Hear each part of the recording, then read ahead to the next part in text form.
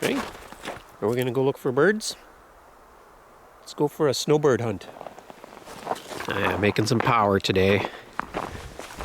It is a beautiful winter, late fall day. Nice and sunny. You can see we got a whack of snow. That was about 12 inches when I ran the snowblower up to the barn, but it's melted down a little bit.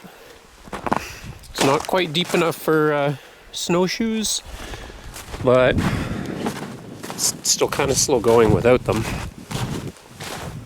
But I'm gonna go for a little hike. You know that I've been doing a lot of trail clearing, and gonna do a little late season grouse hunt. See what we see. See if Ziggy catches up and ruins my grouse hunt. One of the nice things about hunting the late season is you can spot the grouse a little more easily sometimes against the snow. Often there's just some here past the barn. And in the right snow conditions, you can find their fresh tracks and track them. You can just follow the tracks and look for grouse and then hunt them that way. See if we find some tracks here today. Oh, she did come to ruin my hunt. That's all right. I've been feeding her a lot of marrow bones. Get them from the grocery store. And when I ran the snowblower the other day, first thing I did, 30 seconds, I hit a stick that Ziggy had been chewing on. It was under the snow, and it jammed right up. And it took me a long time to get it out. Is that your bone? Hey, did you bring a bone with you? Yeah, you did.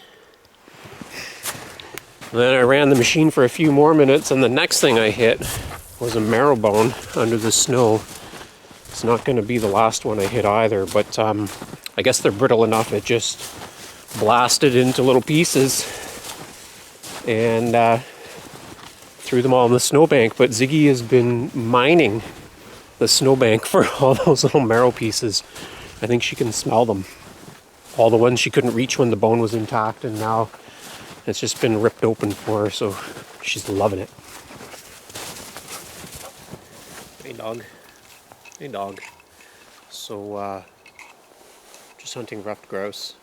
I don't usually see spruce grouse around here, but hunting with one of the most common guns that you'll find in northern Ontario, with the 410 shotgun, and it currently is just about the rarest cartridge or shot shell in northern Ontario as well. These are scarcer than hen's teeth, and I'm really fortunate that I have a few boxes that my dad stocked up on back in the 1980s, I think.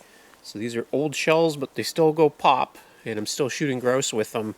But I'm a little bit worried that once I run through my supply, I might be hanging this gun up to get dusty for a while. I did see some available at my local ammunition store, but they were 2 3/4 inch number 7.5s. Oh, nuts! That's what I said when I saw those 2 3/4 inch 7.5s. What I did, I dropped them. Anyway, I don't think anybody wants to shoot 2 3/4 inch 7.5s. So it'd be really nice if somebody, I'm just going to shove that in my pocket.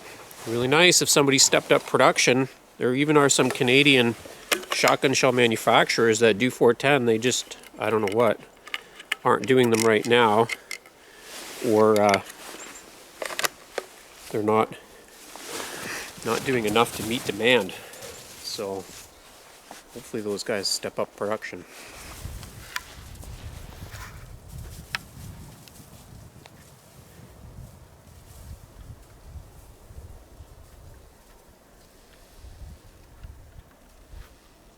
Where's the birds? I hear chickadees. And I guess snowshoe hare is open now also. So here's a snowshoe hare trail, a ziggy track, a snowshoe hare trail, and should be a few of them around. And they are not easy to spot at this time of year because the snowshoe hares turn white and then they are camouflaged. What you want to do is kind of cruise around, find spots where they're feeding, where they got some of those pack trails, and then you look under the balsams, look under the logs, and what kind of pops out is their black eye really stands out against the snow. That's kind of like what you see of them, that as a kind of gives them away.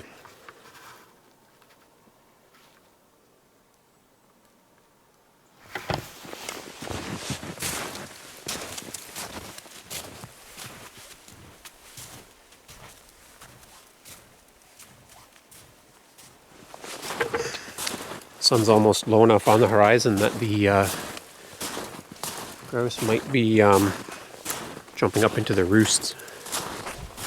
It's snowy out, but it's not that cold out. So I think they are roosting in the trees still.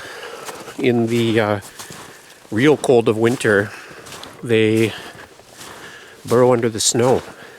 And hard to believe, but below the snow, the temperature is usually steady near the freezing point, even though it might be way below freezing in the air. So they stay warm under there at night. And I have a great bit of footage, which I'll link in one of those little pop-up things that comes up in the corner. The one day I got 3 grouse on camera exploding out of their little snow dens. So this is really fun sometimes in the winter when you're skiing or snowshoeing. They'll be burrowed under the snow from the night before. They haven't come out yet, but when you get close, they just pop up like a snow landmine. Anyway, I don't know that there's any other footage of that really on YouTube. So if you're interested in what I'm talking about, just click that little link.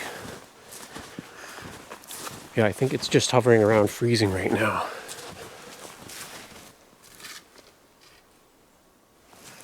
So it's not that cold out, but one of the things that I'm doing is testing this eye hood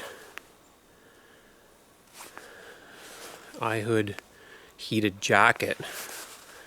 And you can power up different parts of it. And it's got heater panels inside of it. I'm going to turn that off. I've had it out down to about minus 10 degrees, but it hasn't been cold enough yet for me to feel like I needed to turn on the heaters. So, just been wearing it. But I'm looking forward to trying it out in even colder weather. Initially, one of the things I've noticed is actually in this temperature, if you're just wearing a thin shirt, it actually will cool you down because I think it conducts your heat through the heater panels when they're not turned on. And the solution to that is to wear a wool thermal layer or a sweater underneath, and helps to keep you warm. Hey, dog. Hey, dog.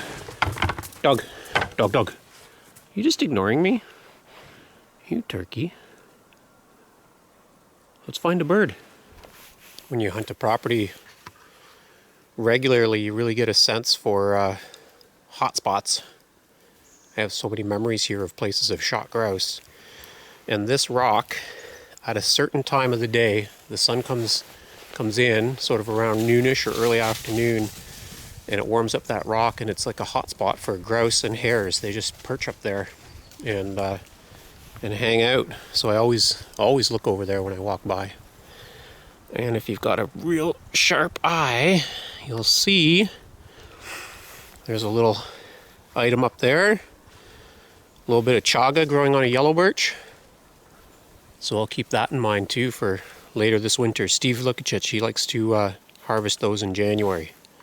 We'll probably come and pick a few. Oh, anything over there? Hey? Nothing. Yeah, I never thought I'd see the day when my ammunition stores carried more 28 gauge than 410. I've never even seen a 28 gauge gun in these parts before. I think it's popular elsewhere, maybe where people dove hunt or quail hunt, I'm not sure. But once I remember hunting a logging road and walking along, I picked up a shell and it was a 28 gauge.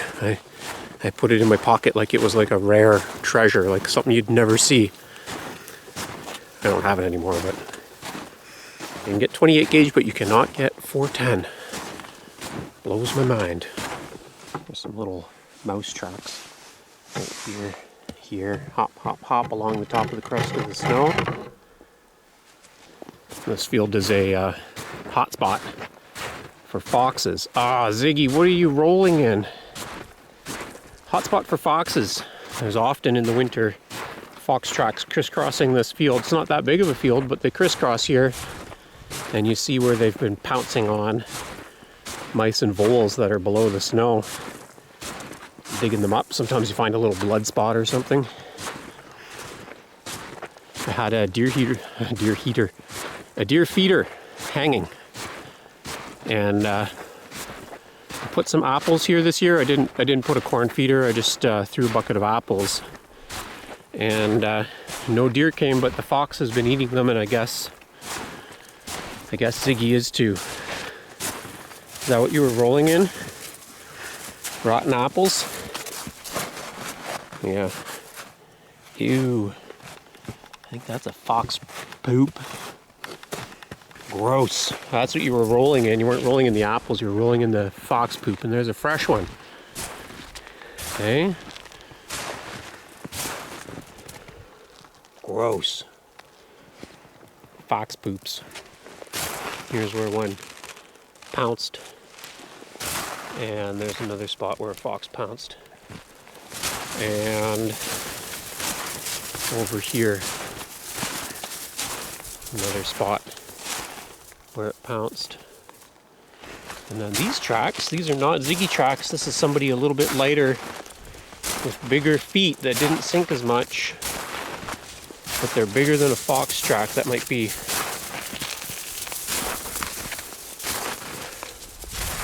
what would that be? It's a nice round track. Maybe a fisher. Maybe a fisher. Those are pretty clear there too. Or maybe a lynx or a bobcat. Hard to tell. The snow's been melting a bit.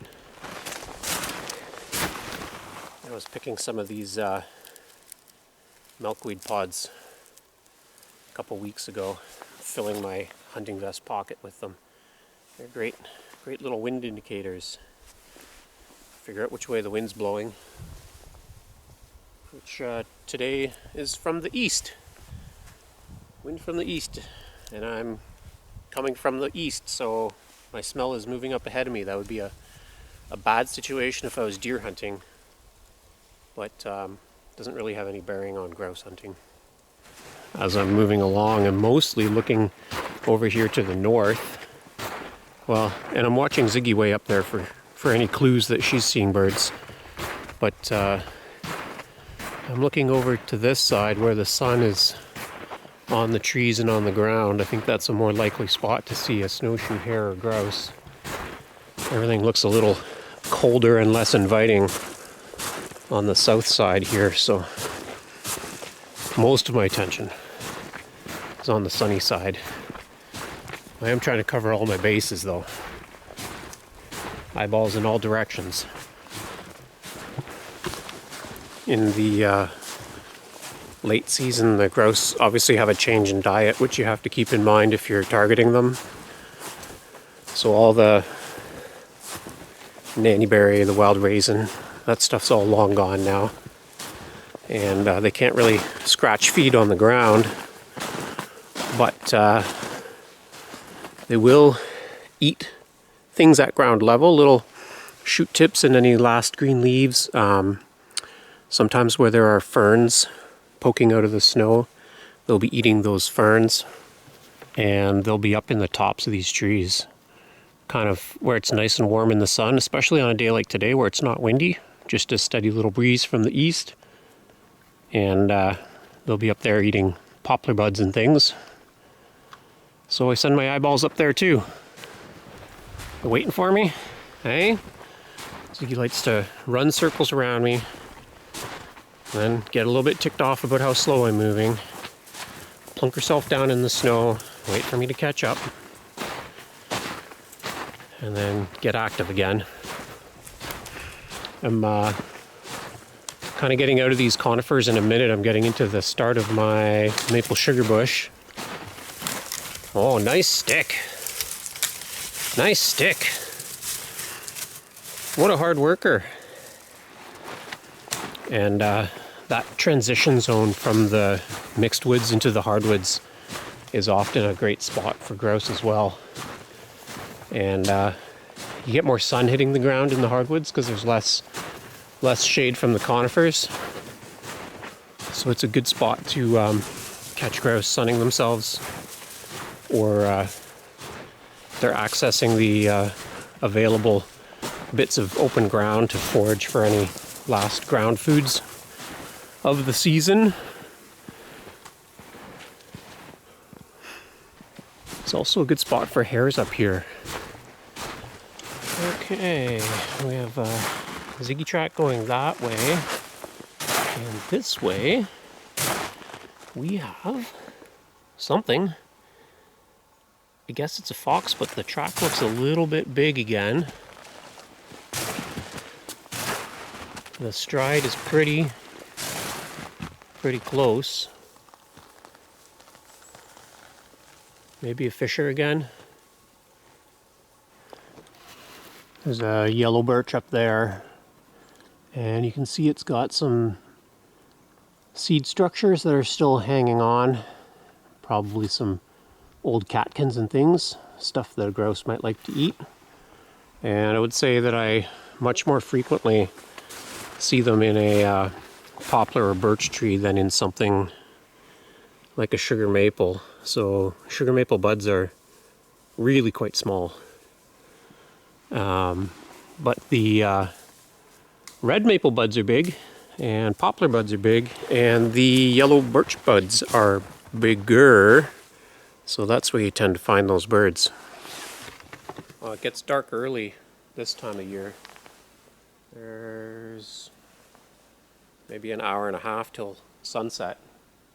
So I'll hunt a little bit longer, but there are some other things that I want to tackle before it gets dark. So I'm going to turn around here and head back. So I've been out for probably about 1 kilometer. I got another kilometer to go. We'll see if we see something on the way back, and even if we don't shoot a grouse today, it doesn't mean I can't cook one, because I've got a couple in the freezer. So we'll follow up this hunt. Might be a catchless and cook. But, you know, fingers crossed that we see one, or 2, or 3, or 4, or 5. That's your daily limit in Ontario in this zone. Daily limit of 5 and a possession limit of 15. I got a few in the freezer.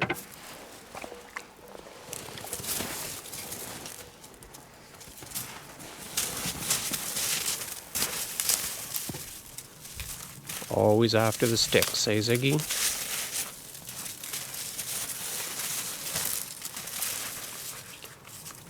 It's tricky hunting with a non-hunting dog. I'll say that much. So my strategy when I'm hunting with Ziggy is kind of a lot of crossing my fingers and hoping that she either goes ripping past a grouse that doesn't fly, and then I spot it before she does, and I get my shot, or that she flushes them up into a tree for me. Either one of those is a possibility, although on our morning hikes, more often than not, she flushes grouse and they fly pretty far.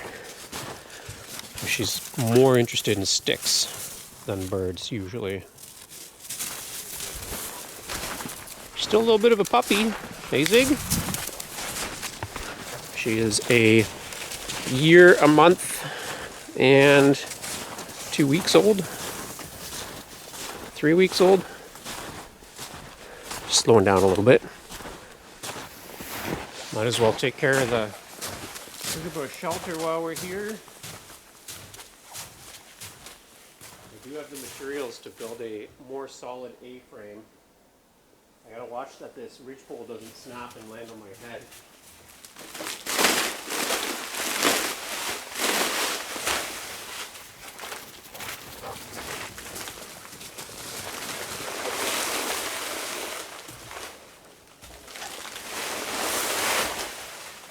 There's a lot of weight on there.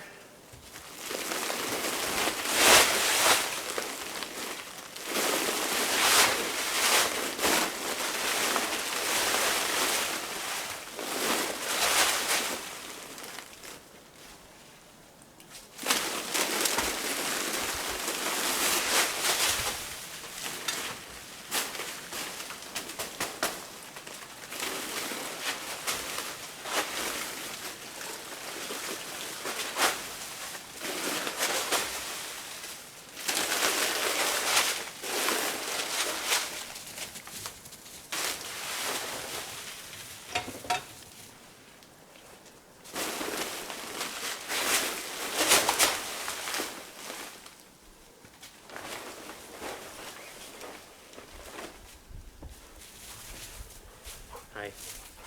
Hi. Hi. Why are you chewing on my gloves? Hey?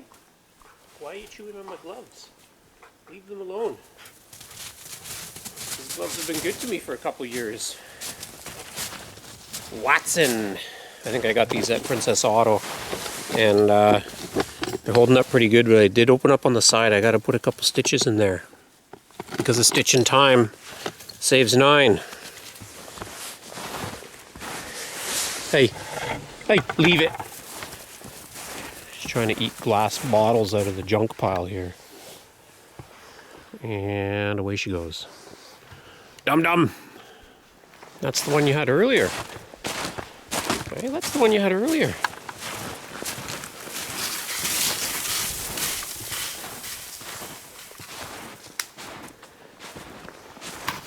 Back into the apples, eh? It's like our whole walk up here is playing itself out in reverse. Are you sad that we're back? Oh, you had your nose on that bone. You had your nose on that bone. That was a good walk, Ziggy. Well, no fresh grouse today, but could always take a practice shot, I guess, and pretend that there was one. Oh, I'm kidding. I wasn't going to waste this precious 3-inch shell. These are hard to find.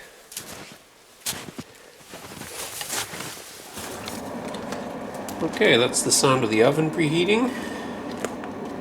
I'm just putting it at a low temperature, 350. I'm going to put in a little bed of garlic scapes there. And a little bit of water. Got a grouse from earlier in the season, and you can see that I mostly plucked this grouse, but there were a few spots where I ended up tearing the skin away, but I did the best I could. And that skin's really going to help to hold some moisture in there. But I'm going to go to that age-old trick, and I'm going to do a little bit of bacon. 1 slice cut in half.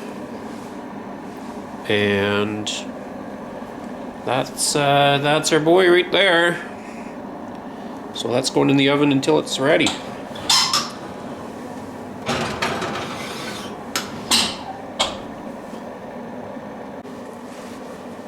Okay.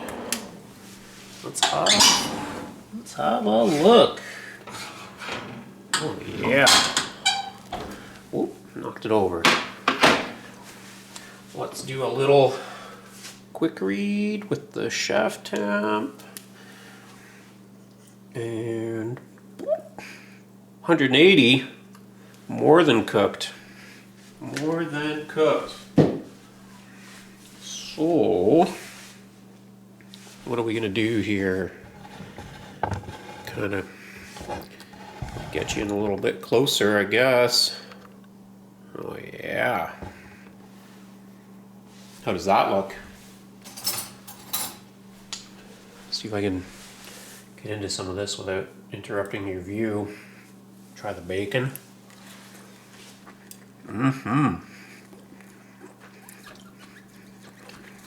Tastes like bacon.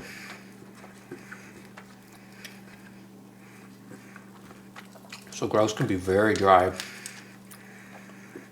if you don't add some fat or other moisture. Probably didn't help that I cooked it without a top, but that looks pretty good. There it is. Little roast clips. Choking on bacon. Little roast grouse. Garlic scapes. It's not a bad little meal. All right. Good luck out there, YouTube.